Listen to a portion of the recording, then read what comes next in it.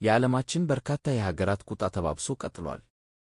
የእስራኤል የባሕር ኃይል ኃይሎች በጋዛ ለሚገኙ የረሃብ አለንጋ እየተገረፉ ለሚገኙ በሺዎች የሚቆጠሩ ፍልስጤማውያን ሰብአዊ እርዳታ ለማድረስ 450 በላይ በጎ ፈቃደኞች የጫኑ የግሎባል ስሙድ ፍሎቲላ መርከቦችን በቁጥጥር ስር መዋሏን ተከትሎ በመላው ዓለም ከባድ ተቃውሞ ገጠማት።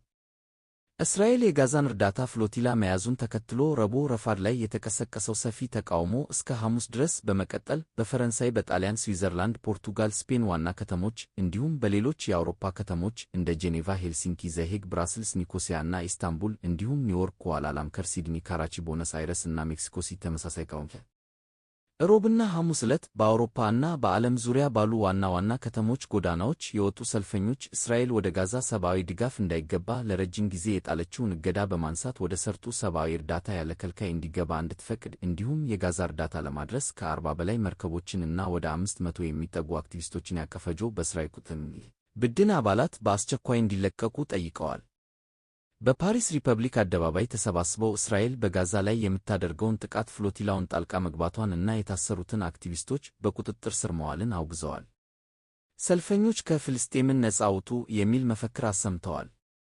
በጣሊያን በመላው ኢጣሊያ በዋና ዋና ከተሞች ማለትም በሮም፣ ሚላን እና ኔፕልስ ባሉ ትላልቅ ከተሞች በርካታ ሰዎች የተሳተፉባቸው ትላልቅ ሰልፎች ተካሂደዋል። በሚላን ከተማ 20,000 ሰዎች የተሳተፉ ሲሆን በሮም ደግሞ ከኮሎሲየም ተነስተው ፖርታ ሳን ፓውሎ በደረሰው ሰልፍ 10,000 ሰዎች መገኘታቸውን የአካባቢው ባለሥልጣናት አስታውቀዋል። በስፔን በባርሴሎና፣ ፖርቶ እና ኮይምብራን ጨምሮ በ9 ከተሞች ሰልፎች ተካሂደዋል። በሰልፉ የመብት ተሟጋቾችና በጎ ፈቃደኞች እንዲፈቱ ጥሪ አቅርበዋል። በሺዎች የሚቆጠሩ ተቃዋሚዎች በእስራኤል ኤምባሲ ፊት ለፊት ተገኝተው ነጻነት ለፍልስጤማውያን፣ በእስራኤል የተጣለው ማዕቀብ እና በፍልስጤም ላይ ያለውን ከበባ ይቁም የሚሉ መፈክሮች አሰምተዋል። በስዊዘርላንድ በርካታ የተቃውሞ ሰልፎች ተካሂደዋል። በጄኔቫ በተካሄደ ሰልፍ የእስራኤል ተግባር ያወገዙ ተቃዋሚዎች ጎማ በማቃጠል በኮርናቪን ባቡር ጣቢያ ላይ የባቡር ሐዲዶችን ለአጭር ጊዜ በመዝጋት ተቃውሟቸውን አሰምተዋል።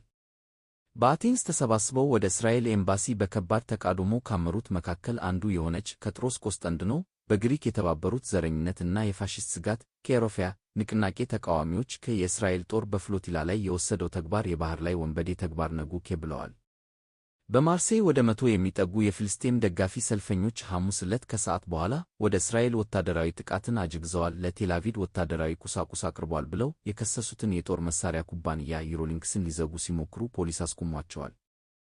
ዓለም አቀፋዊ ሚዲያዎች በፊት ገጻቸው እንዳስነበቡት ከሆነ ትላንትና ዛሬ እነዚህና በፍልስጤም ላይ ያለው ከበባ መቆም አለበት ያሉ በሌሎች የአውሮፓ ከተሞች እንደ ጄኔቫ፣ ሄልሲንኪ፣ ዘሄግ፣ ብራስልስ፣ ኒኮሲያ እና ኢስታንቡል እንዲሁም ኒውዮርክ፣ ኩዋላላምፐር